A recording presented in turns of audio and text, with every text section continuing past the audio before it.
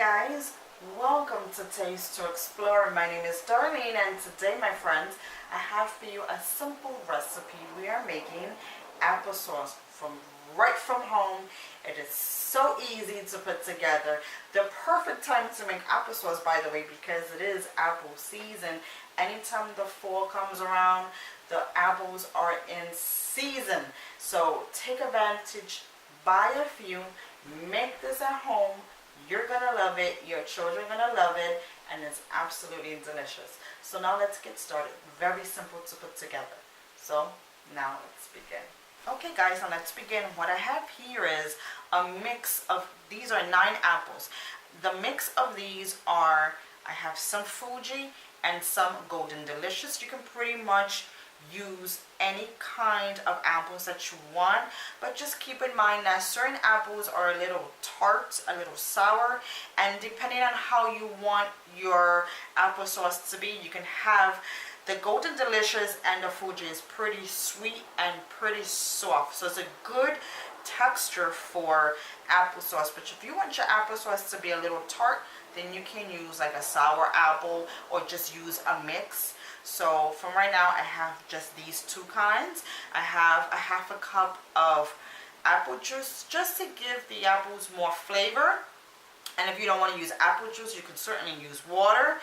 I have 1/3 cup of light brown sugar. I have a teaspoon of ground cinnamon and a pinch of salt. The salt is gonna just give everything a boost of flavor. Okay, so now that we went over through the simple ingredients, now let's get this started.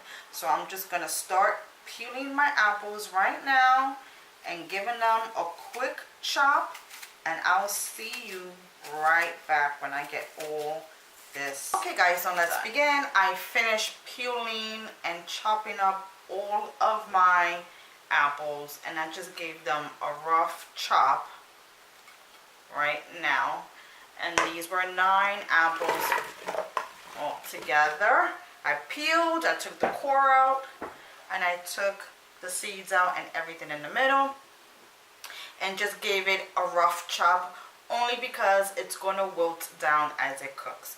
Now I'm going to put my heat on. It was off, and I'm going to put on a low because I want it to simmer.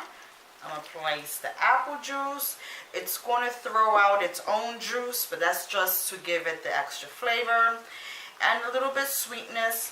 I put brown sugar. You could put as much as you think you want, or you can leave it out. The choice is yours. And I'm going to be putting in my spice in with my pinch of salt. And that's all needs to be done for the moment. I'm just going to give it a little stir, but I'm going to be checking on it, giving it a stir again once everything cooks down. Okay guys, it's been about 15 minutes, and as you can see, it has softened down a whole lot, but it's a little bit on the chunky side. You can easily just, with your wooden spoon, just break it down like that, or you can use a potato masher and just smash it down like that. It's really soft. It's been here for a while. I cooked it on like a medium-low, checking it every few minutes, and I covered it so it can really wilt down. And that was almost pretty much done. I like mine a little bit on the chunky side. If you want, you can put this in the blender or in a food processor to really grind it if you want it really soft and pureed. But I like it a little chunky. I like it with its texture. I just turned my fire off because this is done. So now I'm ready to do a taste test. Okay guys, I'm ready for my taste test. It's pretty warm.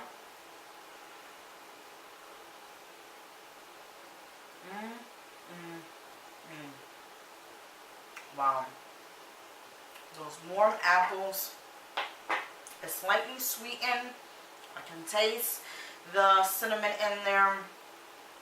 and it just comes together in your mouth, and it is absolutely amazing. You have to give this a try. If you like, you don't even have to put any sweeteners or any spice in there if you're making this for a baby.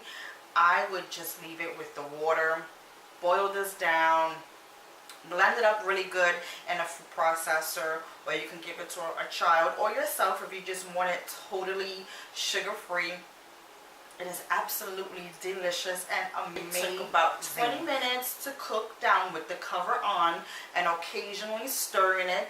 And on the 15-minute mark, I just smashed it up with the potato masher and allow it to cook a little longer while I was smashing it, and that was it. It was pretty simple. You can make a whole bunch of this, jar it up, keep it in your refrigerator, and it will be scrumptious the next day. It's full of flavor, so delicious, so easy to put together. I mean, I love recipes like this. My kids adore it, and I know you will once again for joining me in my kitchen, cooking along with me. I hope you give this a try. It is super easy. Take advantage of the apple season now that we approaching the fall. I'll see you again, and take care. Bye bye.